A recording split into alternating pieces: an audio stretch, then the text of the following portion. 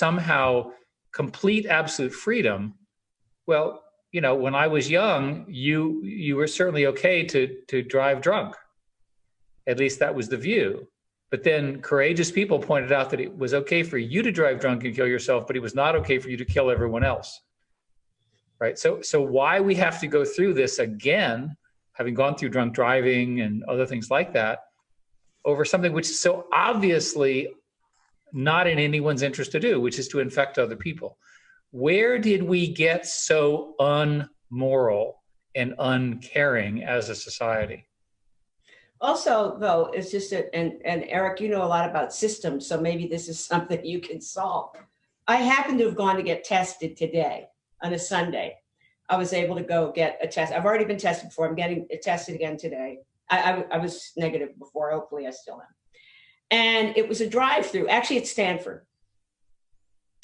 And my friend who drove with me there, they were passing me through to get the test.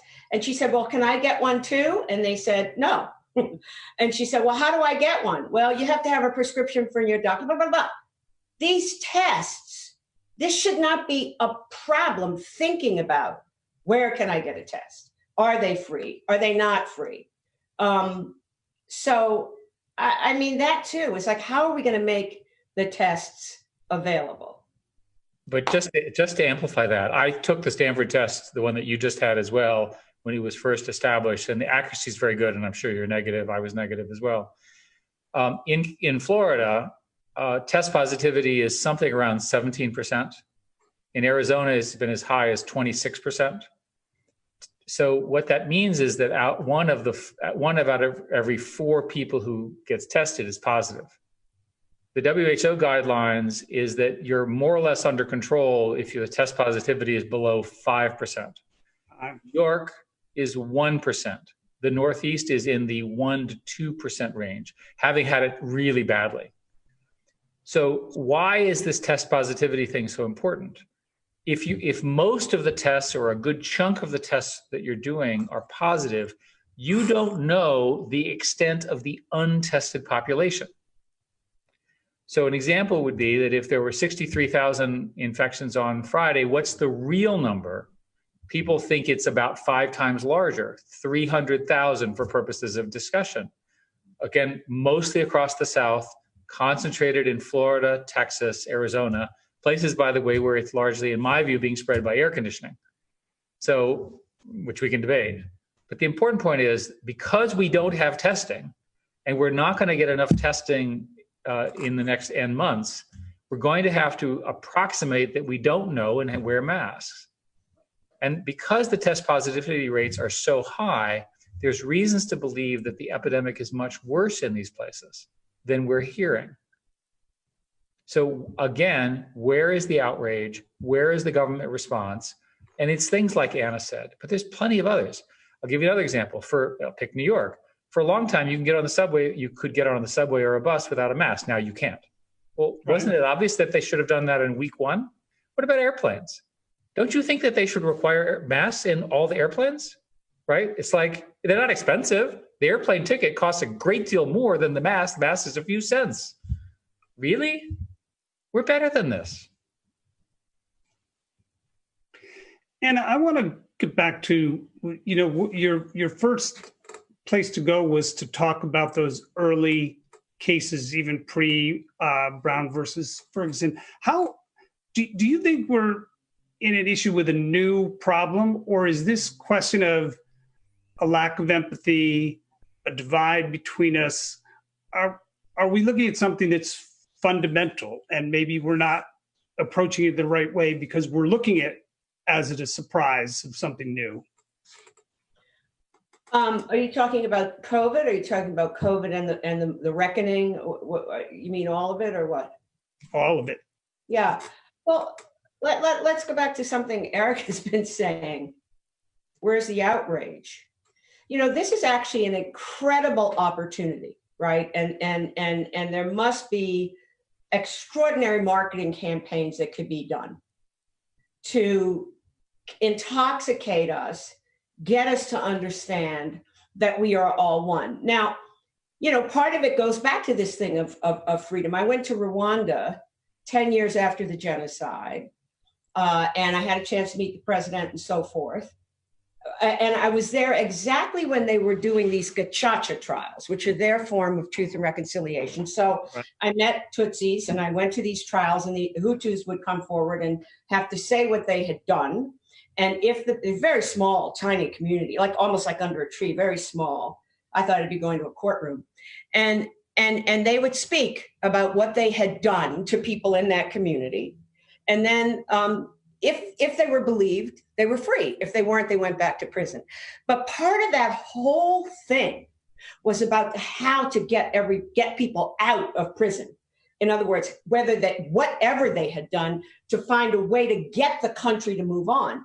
And so for the Tutsis, there was something that was spiritual, really, and I think their Christianity helped them with this, and I'm not necessarily a religious person, to the forgiveness campaign.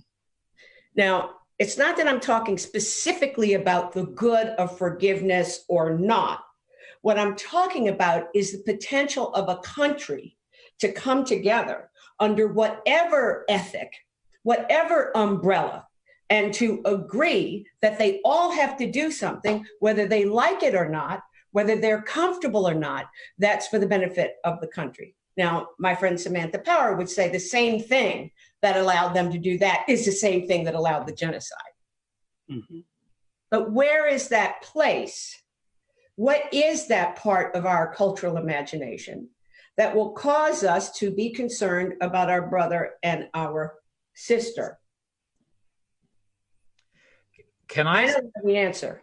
Okay. Let me quickly say art can usually help, right? Because there's a lot about art that's influential, in terms of emotions in the spirit. I think of art as a kind of a secular religion. So it can help, but artists are on lockdown too. So, Anna, you and I have spoken about this a little bit before, and I wanted to give you a way of thinking about why this is happening. And the simple answer is that the incentives are driving us apart rather than together. And so the simplest way to understand it is that in a political system which is awash with money, the best way to get money and attention, which correlates to money, is to be outrageous. And so the complicated force of mediation, which you saw in Rwanda, which is painful and slow and is this very difficult process, doesn't lead itself to political gamesmanship, fundraising, outrage, lots of attention online. And my guess is that the incentive systems that we play with, right? I'll use the internet broadly speaking now, I'm talking about social media and other things, are inconsistent with the world you're describing that we would like. Every study indicates that if you take all that information away and you talk to people, they're much more similar than they sound. So there's some kind of disconnect between the essential human goodness of citizens, in particular of Americans, and then what we're seeing today. I don't know how you think we can bridge that, but I worry a lot about that too.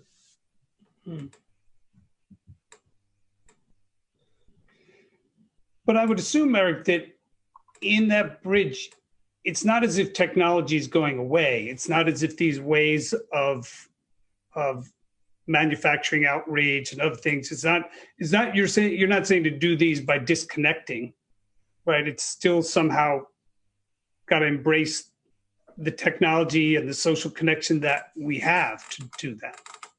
Well, one argument is that a percentage of people will become more like the Amish, in the sense that they'll say, I just can't take this anymore. Right. So let's assume that that's 0.5% or something. So 99% of the people are going to be stuck in this information space, which has these weird incentives that we're all reacting to. And my own view in the short term is that they'll get worse. And the reason is it's easy to shape the information discourse with misinformation. In my world, quite a few people believe that the discord that we feel has been aided by foreign powers. In other words, those that want to manipulate it are spending a little time boosting the voices of dissent against the system as a whole. Right now, I'm not saying I know that. I'm just telling you people think that. It's probably true. There's some evidence to it. I don't know the extent. So in a situation where the most outrageous voice, the nihilistic voice, the tear everything down voice, which is a destructive voice, is amplified by additional resources, or is naturally amplified by virtue of the tendency of the media to look at unique cases that are not representative, right? In other words, the extreme case is not the average case. Those may be driving this. And because all of us are, roughly speaking, sitting at home in an information space that surrounds us, this gets worse, not better, for a while. Because we don't agree collectively on what appropriate speech is, and I'm not suggesting that there is one, I think that the system will continue to pulse and drive. By the way, the Black Lives activities, which I generally support, obviously, are going to be used by its opponents in very poor ways as well. In other words, for every action, there's an opponent that will then misuse that information for other reasons. And we've seen that already. So if this continues, Eric, and I agree with you, I think it does. What's a tipping point? Well, there's not necessarily a tipping point in a democracy, but there's certainly a loss of faith in the system. So I'll just speak for myself because I can authoritatively say what I think. And I'm disappointed with our political system. All those speeches about how wonderful we are, well, if we were that wonderful, we wouldn't be sitting in a crisis where 140,000 people have died and there are forecasts of 500,000 deaths. This is not okay. You know, I'm going to be the first one to say, I'm mad about it. It's not okay. I want to hear some outrage from our citizens to tell our government to figure it out. Everyone has their proposal. There's various examples of how to do this, starting with wearing masks, right? Restrictions on indoor spaces, closing the bars, closing indoor restaurants. It's a fairly straightforward list. By the way, the prisons are hothouses for the disease. We're very slow to release prisoners. Let's get a few more out. Anna has worked hard on this for obvious and good reasons. We kept the meatpacking plants open, even though they were a known area of spreading. Perhaps we could do with a little bit less meat for a few weeks while we fix them, right?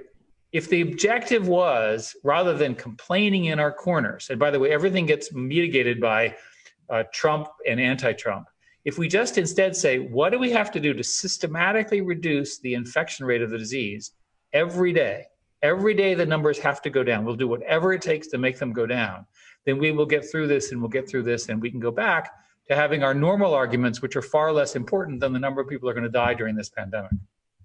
Where's the leadership? Let's put Washington aside, right? I've benefited in my lifetime from leadership that's not, that is not in the center, sort of not the official leadership. Where's the leadership going to come from? I mean, Eric, you're doing this incredible RISE project and you're interested in individuals. You have faith in individuals. Where are the leaders? How do we find them? How do we cultivate them? What's some of the stuff you're doing to do that? Right. So I personally am very, very interested in developing the next generation of leaders. Because of my industry, which is largely run by young people, I have a strong belief that the sooner we let younger people run things, the better off people my age will be. But my view is not the majority view I should have had. And for all sorts of reasons, we need to hear their voices, we need to get them developed, and we need to put them in charge sooner. And there's lots and lots of talent. So again, a hopeful message is that in the universities of America, which are at the moment not on and only meeting a little bit next year, we have extraordinary talent coming out. Let's listen to them, right? This is their world. This is the world that they're going to be dominant in when we're basically retired. So anyway, but I think, again, I want to stay focused on the immediacy of this. Everyone wants to change the subject because they're tired of COVID. Well, I'm tired of COVID too. And the way I'd like to change the subject is to get the infection rate down. And that's a global problem. I'm also very concerned about India. Iran, a number of other countries Brazil, for obvious reasons. If you look at Brazil and the United States, you've had very similar behavior by the leadership, where you had the essentially denial and then not very much mitigation. The countries that have aggressively addressed this, starting with New Zealand and working on from there, are in much, much better shape. By the way, China, we spent a lot of time complaining about, is doing quite well right now because they've managed to get their factories humming, their economics are working, their people are largely back at work. Why? Because they went through draconian reaction to a pandemic that was so severe there. And I'm not suggesting we do their draconian reaction, but I'm suggesting that if you're, instead of worried about one group, let's just worry about US values versus Chinese values. The best way for US values to win is for the US to win. And we're not winning in this area. Mm-hmm.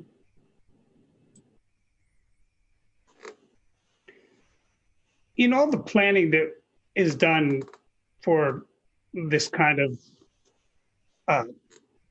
outbreak and epidemic, has this issue ever been addressed, the difficulty of conveying the seriousness?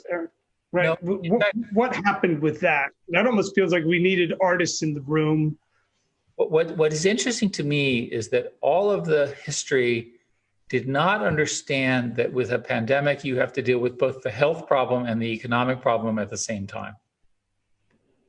And so what has happened is we dealt with the health problem for a little bit, and then we got bored with dealing with that because it was so painful. And instead, we started focusing on reopening, and now we have a double whammy. And I'm not aware of people really thinking it through. And I think that may just be the stovepipe nature of scientists and so forth. I'm not aware of people who've unified it. There is obviously a communications problem. It may very well be that our artists are the most trusted people in America today. Perhaps they can be our communicators. Charles Rosenberg at Harvard wrote a paper about AIDS, about the dramaturgy of a pandemic. And the first act is the act where people don't believe it. And it seems like we're still in the first act, because part of the problem is, as you are saying, people don't understand the gravity of the problem. They don't believe it. They know it, but they don't believe it. Could you repeat his name so everybody can hear it? Charles Rosenberg, Harvard University. He happens to be married to Drew Faust, the former president of Harvard. Mm-hmm. Good. Well, let's stick with that drama metaphor, since this is your world, Anna. You've actually defined drama as that state of being unprepared, right? So we're enacting some kind of drama right now. Yeah, and dramas are a state of unprepared for it to be tragedies or to be comedies. You're not prepared for that pie to hit you in the face. Right. But I'm all too aware that this is not a drama. That this is very real. And I think any great drama, by the way, Tom, about it will be after sure. After it is seemingly settled. So it's very hard, I think, for anybody to really grasp what this is. We don't completely know what it is. Just think in these last few months how much has changed about what you could do, what you can't do. For the longest time, we thought it was on hard surfaces, Mm-hmm. So I think we also so let me play devil's advocate and suggest that maybe we don't yet know enough about it. That could be a knowledge gap. Well, it's interesting because just to stick with that, the drama thing again, I'll go at it from the poetry side, but Auden used to say that drama is about there being a mistake. And there are two parts of it. Is the mistake happens. You thought your friend turns out to be your enemy, or the woman you're in love with turns out to be your mother. And these issues of drama, so that there is this mistake. But the big part, as you're saying, secondly, is coming to realize you've made the mistake. Yeah, the realization. And by the way, the realization is either a relief or incredibly painful, unbearable. And maybe this is what, Eric, you were talking about in terms of we can't stay with it very long. What's interesting, Anna, is I'm reading from the citation that you quoted. Let me just read a bit of it. Most communities are slow to accept and acknowledge an epidemic. To some extent, it's a failure of imagination. Perhaps even more, it is a threat to interest, to specific economic and institutional interests, and more generally to the emotional assurance and complacency of ordinary men and women. Right? This is exactly right. Mm-hmm.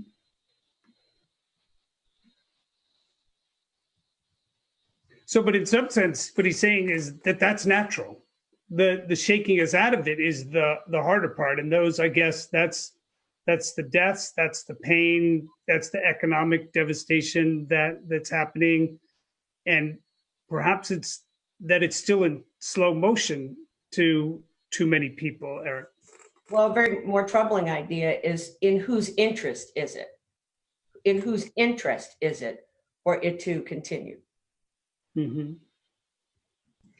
I'm not suggesting that it's in anyone else's interest that people die. What I am suggesting is that there is a apparent trade-off between health and economic growth, and we appear to have ignored the genuine health costs in a race to come to economic growth. You have to solve both problems. The way I would solve this problem is pretty straightforward. I think and I'll say it in as blunt a way as I can. If you look at the severe consequences of this disease, it's people above 65. There are exceptions, but the norm is above 65. So people above 65 should basically stay home, right, and limit what they're doing. But people who are of working age, roughly speaking, should engage in commerce, but with restrictions. Wearing masks in the office, wearing masks in transport, figuring out ways to get kids in school without too much propagation of the disease. That's probably the best that we can do given where we are, and we're not willing to do mandatory contact tracing and mandatory basically isolation of people. And it's probably the case that we can get to the point using what I'm proposing, or a point where there will be periodic outbreaks which the public health people can actually go at. The problem is that as long as the infection rate is accelerating at this rate, we have no idea the extent to which where the outbreaks are. We don't have any way to trace them. We have no way to test them. So the lack of a testing apparatus, which again is a major government failing, the FDA was very slow in allowing them. Now there are testing programs, but again, it's very confused. They don't get enough money. Right? We spent a couple $1 trillion bailing out various businesses and small businesses and so forth, and PPP, which is very important. But we did not put a large chunk of money in that period into the sentinel systems that would give us the information to help us manage the disease, right? So again, there's something wrong in the decision making here. I'm trying to play to the point where the disease will be, and I'm ignoring the vaccine question, where the disease will be present, but not a fear every day, right? That's probably the best short-term outcome we can get to. What are the steps we need to do to get to that? Masks are the most obvious one. I'd like to have you both talk about what this means for education. You're both educators. Anna, you've been looking hard at the school system. Eric, this is part of your purview in helping New York address this, but also you've both been teachers. Where do you see this happening for this fall and for the year ahead? The fall is going to be a disaster, I think, on every front.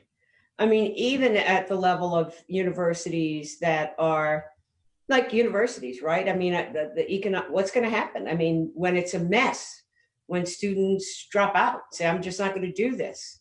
We're all trying to be as imaginative as possible. I'm going to teach a class on Zoom, one-person shows. At least they don't have to be together to do it. But of course, what I have been looking at since 2012, as you know, Tom, is what's called the school to prison pipeline. And I actually came out of all that thinking it's not even fair to call it the school to prison pipeline, because the line to poverty, and obviously we've had a movement against prisons for some time, and my interest is young people, the boys originally, and now, as I mentioned, looking at the whole ecosystem by seeing how, in particular, it affects girls as one other stop on the map.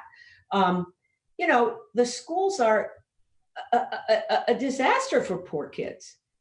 And so, I mean, the only good thing that could come of this is an entire reorganization, the same way that a lot of people hope that the pandemic will lead us to a better healthcare system. But I think there needs to be, out of this, in this disarray, a revolution in terms of what we're going to do with the public schools.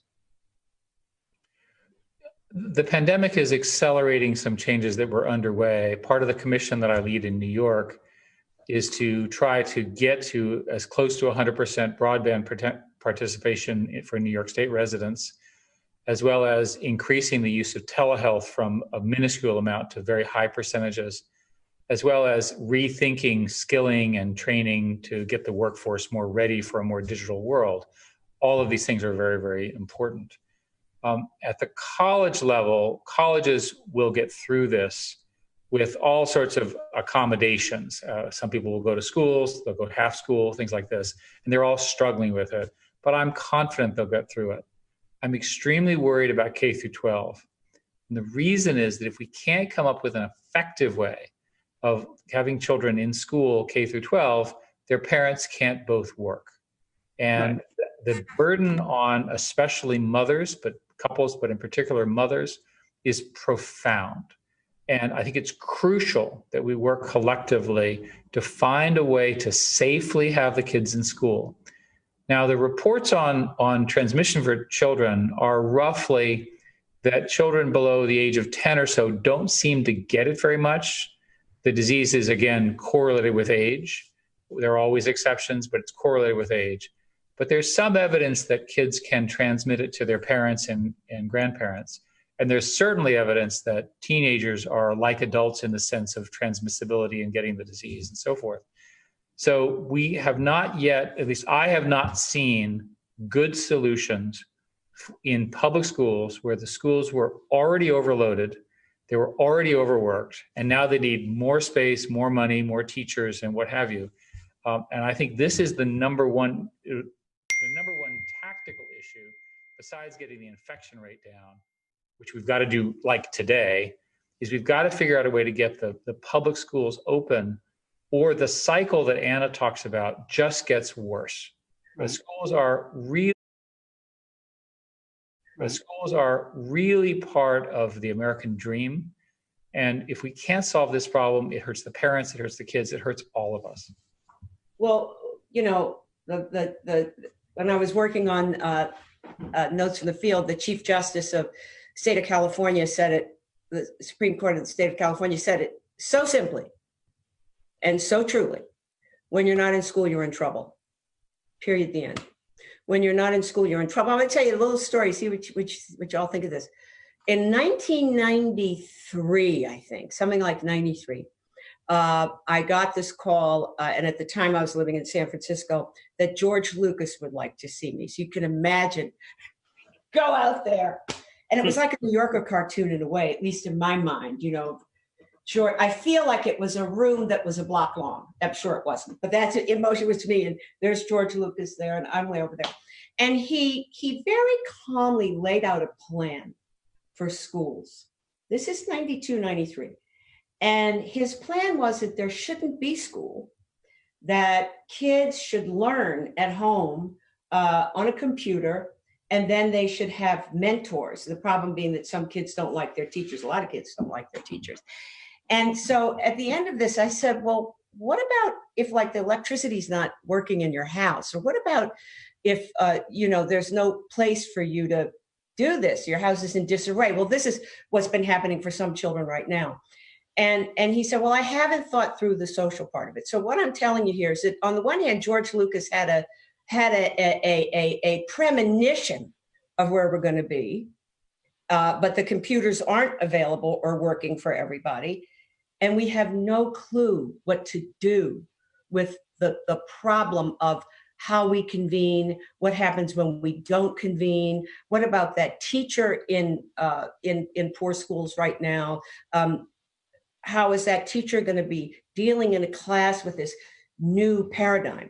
So to me, it comes back to something that was at the beginning of the conversation, Eric, when you suggest, to me, you were suggesting, why don't we give a damn? And so, if the goodness that could come out of this is an increased giving a damn about people who don't have all of the protections that upper middle class people have, all of the things that are in the way. I met a woman who told me, wealthy woman, who told me that her son was having trouble in school, also in San Francisco. The head of school came to their house every single day. The head of school came to their house every single day. I was an artist in residence at Grace Cathedral in 2012. I would be approaching the cathedral. Now, the distance between the curb to the opening of the door of the school is not very long. But a teacher would come out and greet each child getting out of those fancy cars and walk them into school. And yet, when I brought the Girls Choir of Harlem to the Institute of Arts and Civic Dialogue, which I held at Harvard for 3 summers, they talked about just all the things that happened to them on the way to school, all the things that could get in the way of them trying to become the singers that they wanted to be. So these obstacles that are alive and well, not just in the schools, but in the entire community around the school. Mm-hmm.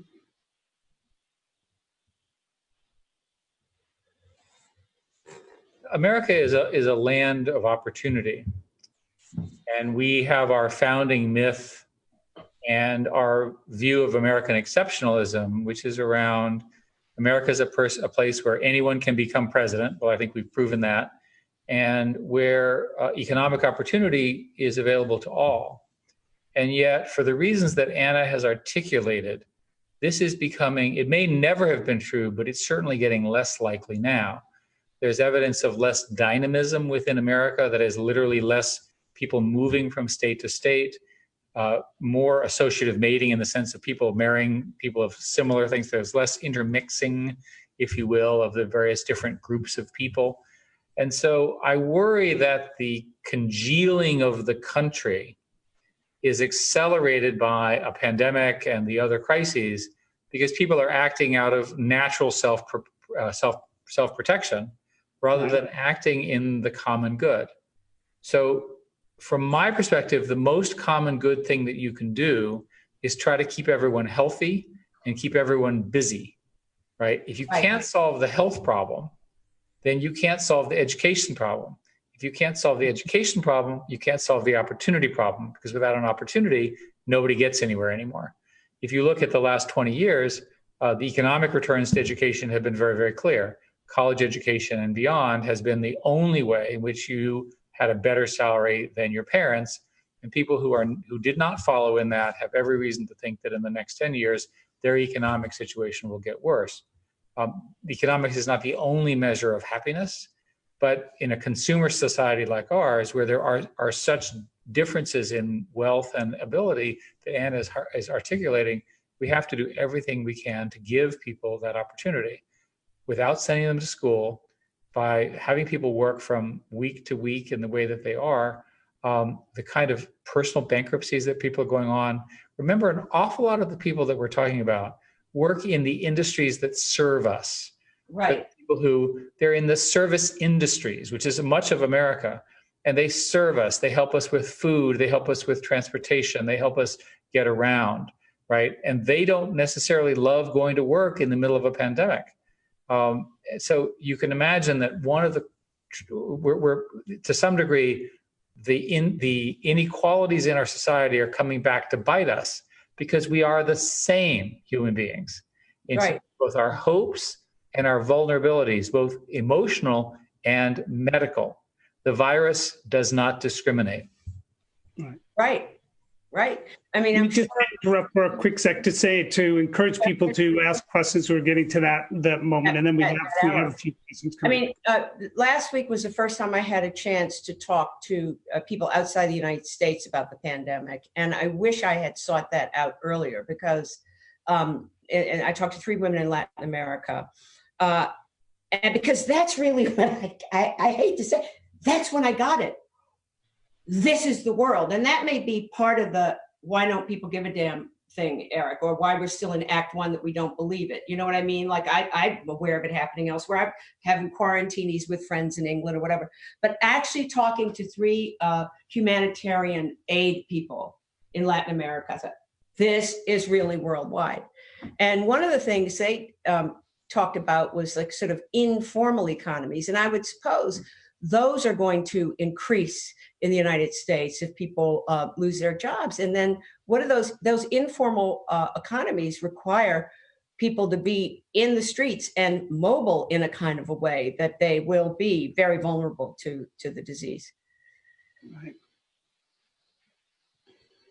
So here's a question for both of you. As former educators, what do you see as the long-term effects for younger children, less college preparedness, but generalized lower performance expectations, whole issues for younger kids? What advice would you give parents who are trying to make it happen? Well, I just want to quickly say something about despair and hopelessness. And one of the great things about school, whether you are, or bad things about school, whether you're doing well in the official system of school or not, is the social convening. And you know, we know there's bullying and all these things that aren't good. But students have a culture of their own that's not just about what is set up by authorities. Sure. And if kids can't experience that in a safe way, that can't be a good thing. That has to lead to kind of psychological effects that we haven't, I'm not aware of much discussion. I'm sure when I go back to teach at NYU, I'll at least hear about it on you know, the psychological effects of this, at least on a college level.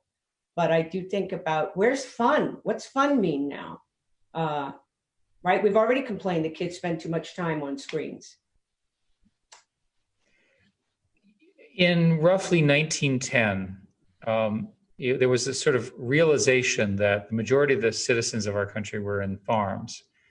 And there was a real problem with basically getting them educated. And there were a series of initiatives in that period around essentially universal high school. And we have benefited enormously as a country. People have gone back and looked at the educational level, which they can measure by writing and so forth and so on. And it appears that the average American was almost illiterate compared to where we are today. Now, obviously, the elite was fine. So this gap between the elite and the average has been with us for 100 years, but we have benefited, again, a great deal by universal education.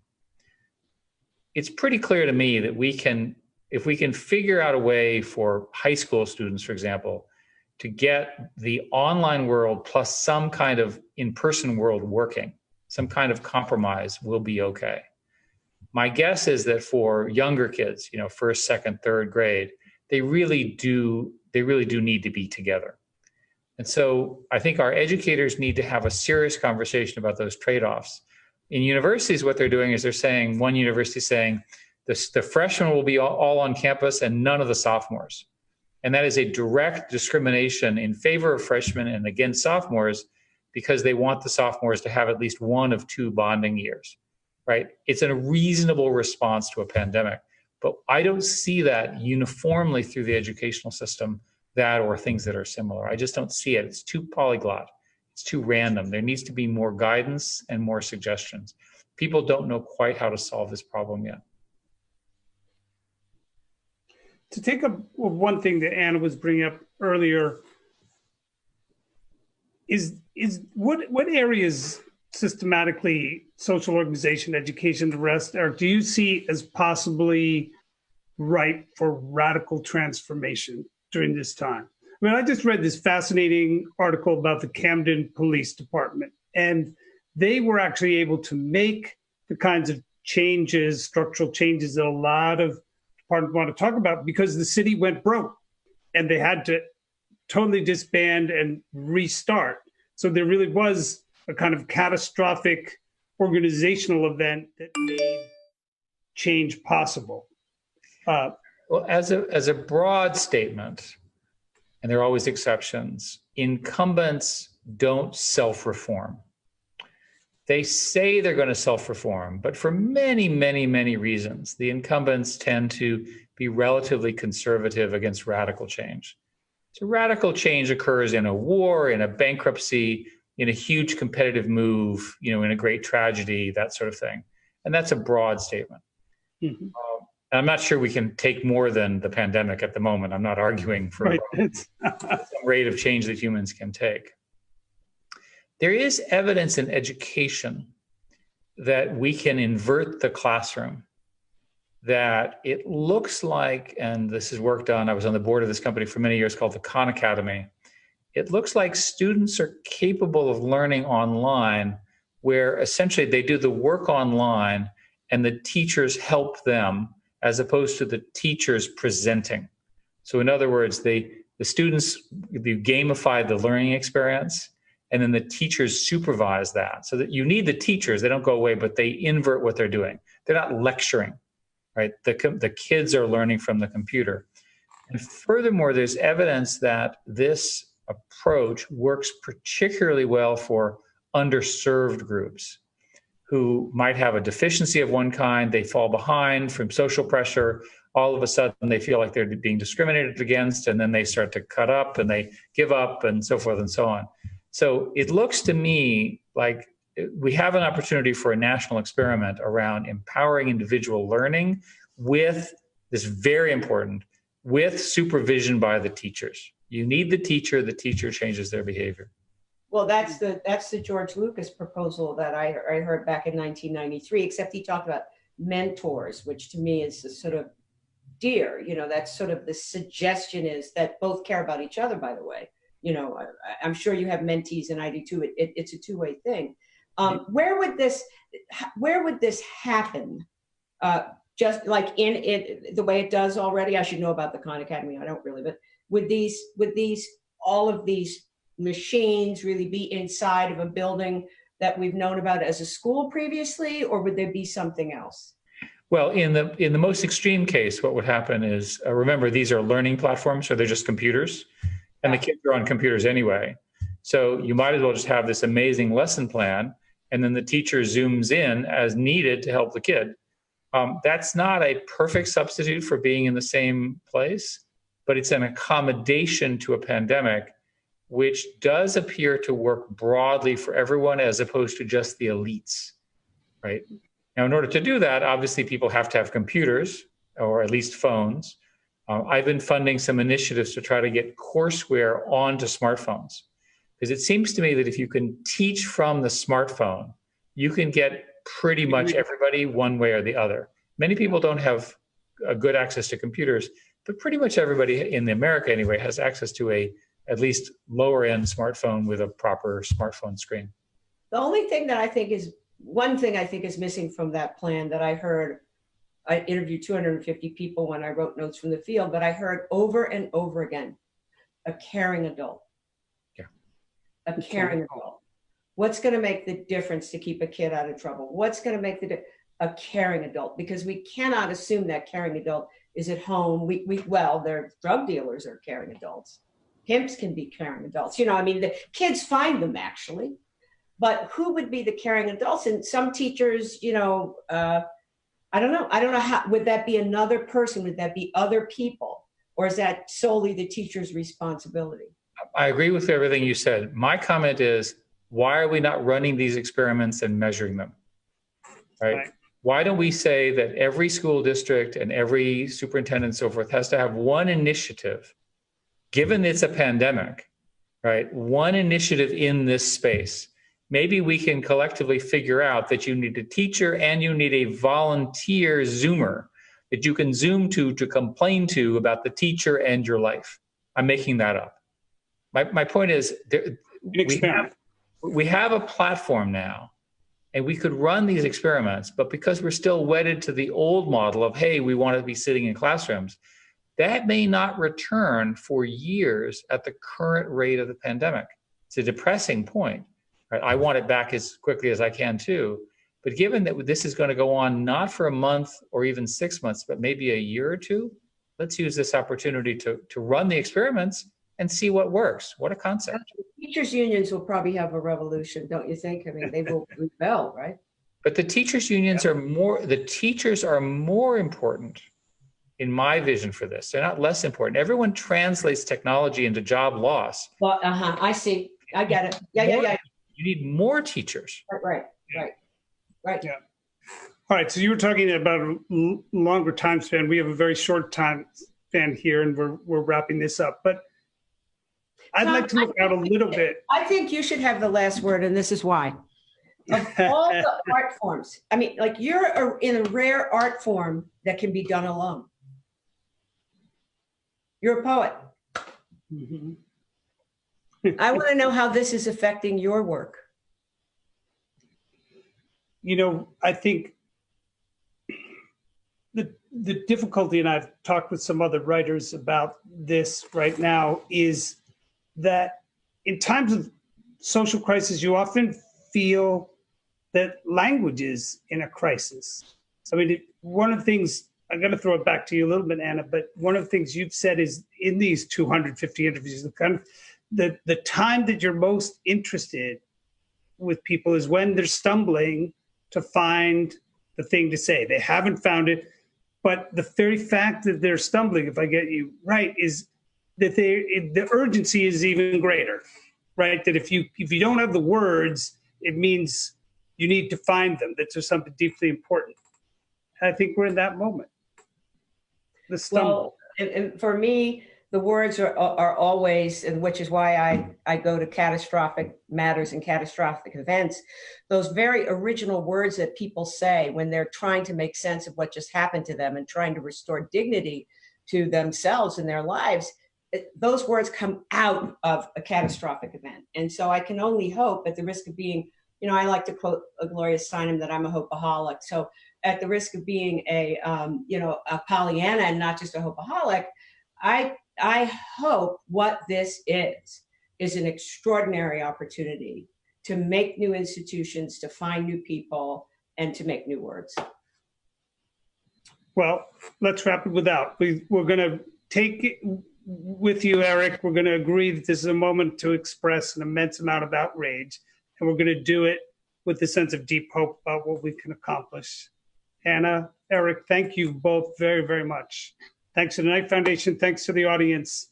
Have a good Sunday. Thank you so much, Tom and Anna. That was great. Thank you, Eric and Tom, Thanks. so much. Bye-bye.